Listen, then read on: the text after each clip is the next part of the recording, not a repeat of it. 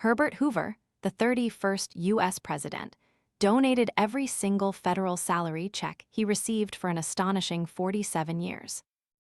From his early days in public service to his presidency, Hoover refused to profit from his government roles. He was already a wealthy mining engineer before entering politics, so he felt he didn't need the money. This incredible act of philanthropy funded countless charities and even boosted the salaries of his own staff. It was a silent testament to his belief in public service over personal gain. Imagine that dedication to public service, a legacy of giving that meant.